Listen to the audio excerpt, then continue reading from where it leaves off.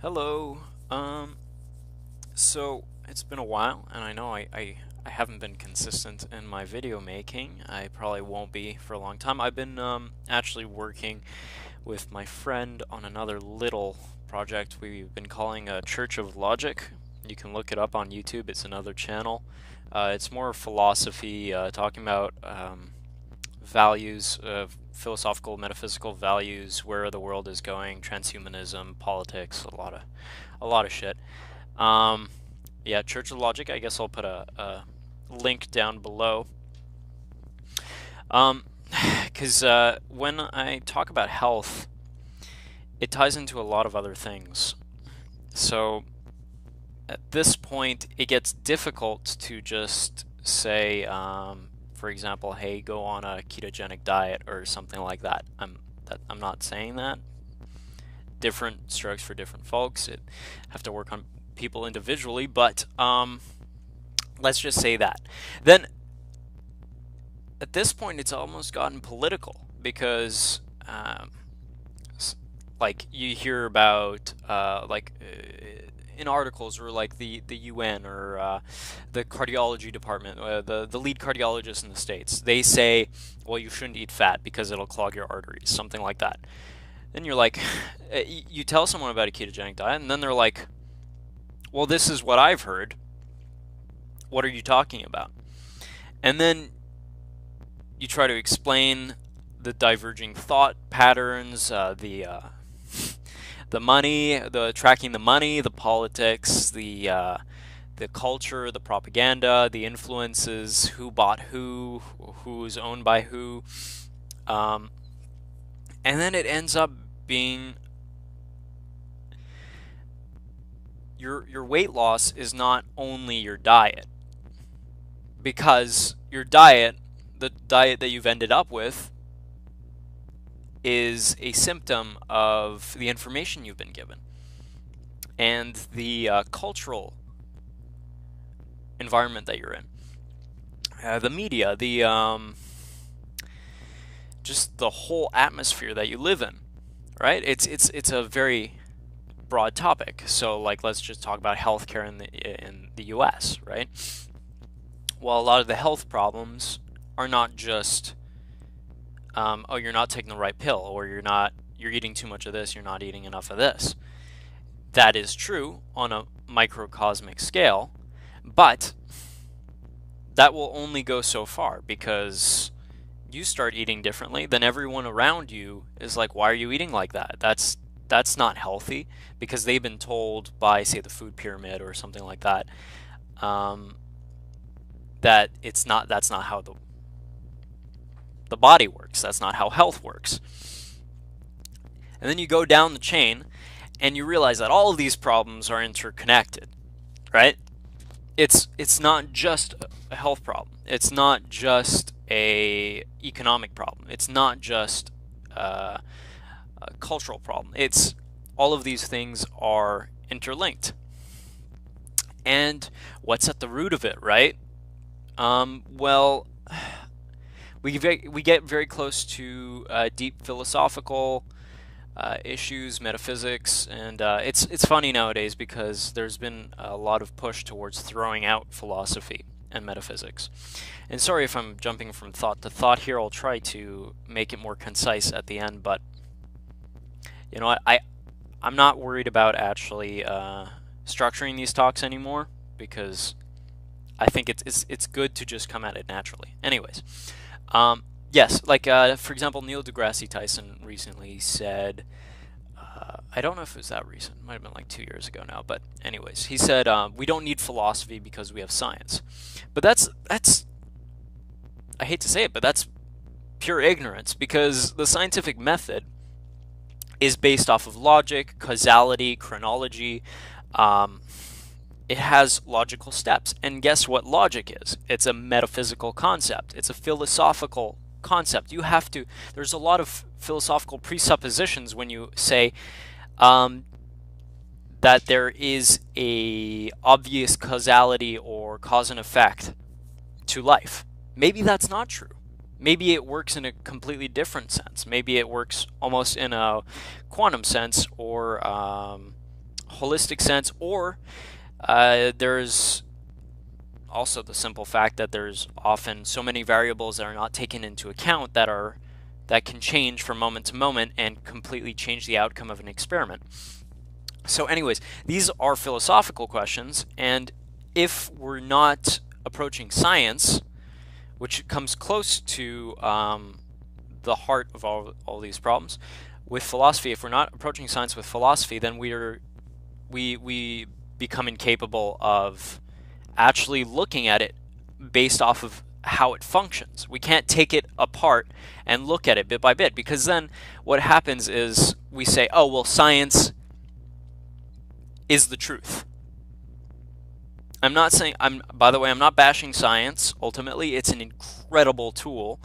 It's absolutely necessary if we want to live better lives. But to just say the blanket statement, science is the way, is truth. Well then, okay, what scientists do you listen to? Right? Do you listen to the ones who are funded by so-and-so, or do you listen to small independent guys, which have problems too? I'm not saying one is necessarily better than the other. It depends on the situation. But if you lose the ability to actually look over the scientific method, for example, philosophically, with using logic and reasoning, and other faculties, meaning like research into the actual social situation where the research was done, then it becomes completely impossible to make any kind of a decision. You end up with a lot of postmodernism, because you're like, well, science tells me that rice is good for my health and rice is bad for my health, so it's all relative, it's all bullshit, nothing is true. No, that's not necessarily the case. I mean, first of all, maybe rice is good in some situations and not good in others. Maybe some rice is good and some rice is bad. You can also simply say that maybe some of the studies are terrible. Like, there's different types of science as well. There's a lot of...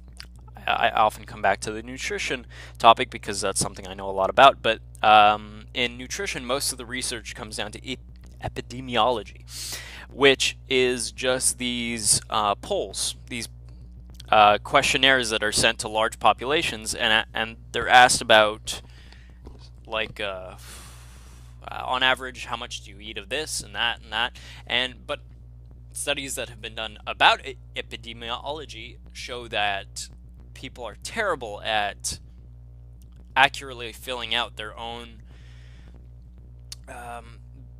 censuses, their own questionnaires. Like, I don't know if I ate 400 grams of beef or 3 pounds. Well, okay, I can tell the difference between that.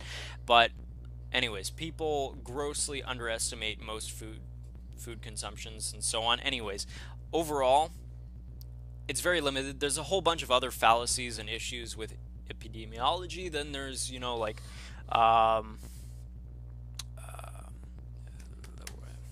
control trials, stuff like that. There's some issues with those. You have to look at the whole gamut. There's so much fucking information out there. And if, I forget who said this, but I heard it somewhere, is when someone says they know something, ask them, do you really know that, or do you Google know it? Because if you just do a quick research on Google and you read 2-3 articles that pop up, that's not really knowing anything. I'm sorry. The only reason why I have the confidence to talk like this is because, first of all, I've been researching this stuff. Like, I don't go out much. I probably go out to parties once every few weeks. I don't drink, I don't smoke. I spend most of my free time reading, researching, and experimenting with anything I have the resources to experiment with, to verify things for myself, and also debating like fucking crazy. And I'm not saying that I'm right about most of these things. I have no idea, but the whole point is you have to get out there and talk and talk and talk and get other people's feedback and criticism and do that kind of exchange to actually start getting anywhere. And like, when I was 13, I was arrogant as hell. I understand that energy of like well, this seems right to me. Like when I was vegan, I was like, I'm never going to eat anything with a face or that ever had a face ever again. And I was really militant about it, and I'm kind of glad I had that attitude because I didn't listen to other people for a while, and I tried things out for myself. But I might have gone a little too hard into that direction, and a lot of us can do that. But ultimately, I think it took me at least 8 years before I even saw real results with my health in terms of researching and trying things. And I'm glad I went through all of that, but unfortunately, when I go out and I meet people, I realize how little research and real, I need a word for all this, but like trial and error, you know, they've experienced to come to the conclusions that they're at. Most of the time, it's about what they heard on the news or what they heard in their university course. I understand at that point because you want to trust education, you want to trust the system to even the slightest degree. But anyways, so all to say, I could keep going on in this direction, but the real holistic root problems, even in health, are cultural and philosophical and almost spiritual in some regards. So that's something I've been wanting to tackle more, and that's what I've focused on more with the Church of Logic channel with my friend James, who's on a recent episode on this channel, James Sirois. But I'll just say, guys, it's a much bigger problem than how do we finance healthcare, or what veggies should I eat or not eat. If we really want to fix our problems, then we have to see what is causing this lack of information. Not just misinformation, but just the fact that it's so hard for us to question the information that we're given on a silver platter. And because not all of it's wrong, some of it's great, in my opinion. But for me, it was like, maybe it was because I was sick, but it was like, well, if all this information that I'm getting in school and reading online, that is just right in my face, like on my Facebook feed, that's on the news, if none of this is helping me with my health and making me feel even vaguely good, maybe that's the way life is, but maybe there's more information out there. Maybe there's something better that I haven't even conceived of yet. And so I got really obsessive about researching. I don't know, I guess I was 12 years old when I started reading my first diet books and philosophical. No, I read philosophy earlier than that, but getting really, really into it. So, yes, find the root problems beyond just your own body. To a certain degree, our health problems are bigger than ourselves. It's not... a person's cancer isn't just a manifestation of their way of life or their genetics. That is a large part of it, but it goes deeper than that. It goes... You can trail everything back to the relationships that we have and what values and what philosophies shape those relationships. And the relationship not just with each other, but we have with the environment, the universe, the unknown. Because everything that you approach in life has to come with certain presuppositions, right? If you come at life with the pure idea that it's all a will to power, it's all survival of the fittest, it's all nature fighting itself and pure battle for dominance, then then you're not going to act the same way as if you consider the idea that maybe there are other options. You're not going to treat people the same way. You're not going to treat yourself the same way. And those things, those little things add up. And those influences, those philosophical influences, think about, this is a topic that I was thinking of getting into in another video, but I guess this ties into it. But think about the simple fact, like everyone knows, we've all seen that graph that shows that all the large corporations are owned by 6 major umbrella corporations who are owned by a number of families, and not much more than that, and a few other people. It's a pretty small group. We all know that over 50% of the humans' wealth, the wealth on the planet, is owned by less than 60 people. Yet we don't really address this fact, and the fact that these corporations also own media channels and Facebook and Google and most of the sources of information that we have. And I don't want to get all conspiratorial, but very simply, don't you think that the basic underlying presuppositions, philosophical concepts, belief systems of these people who own these media systems is going to trickle down and affect things? I mean, it's pretty fucking logical, really. And this is a point. I'm going to make a whole other video just about this, but this is another thing that we all know. We all know that power structures attract sociopaths. There's an enormous amount of research showing that like about 2 to 5% of the human population is probably sociopathic or even sadistic, where you literally have a neural connection which makes you feel pleasure when you get a power trip or see someone else in pain. And that these people are very intelligent, very dominating, very aggressive, and attracted to power structures. So what's the big shock in saying that most of our information is coming through media channels that are owned by sociopaths who've established themselves over very, very long periods of time, because we've had very similar power structures for hundreds of years now, especially here in the West, and also, you know, with international banks worldwide.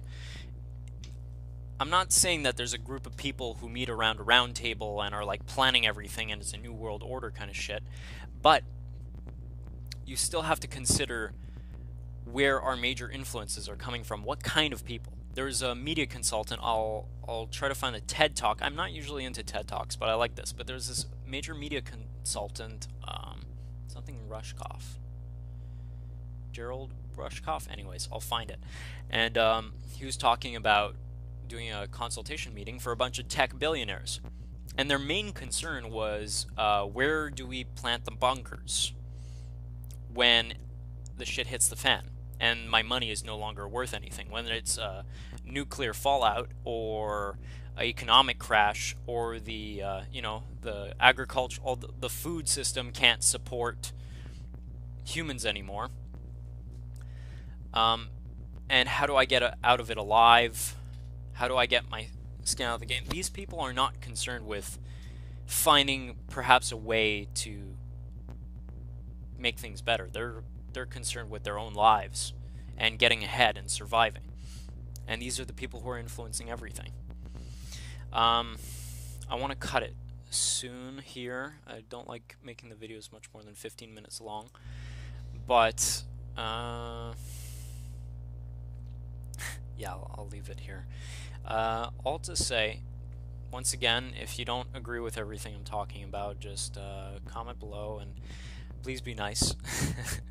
I have feelings too, but I mean, if you have some real criticisms, come at me. Don't be scared to.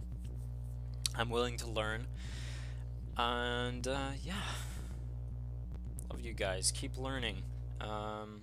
Keep making your life better, and keep having faith that the world can be a good place or can get better.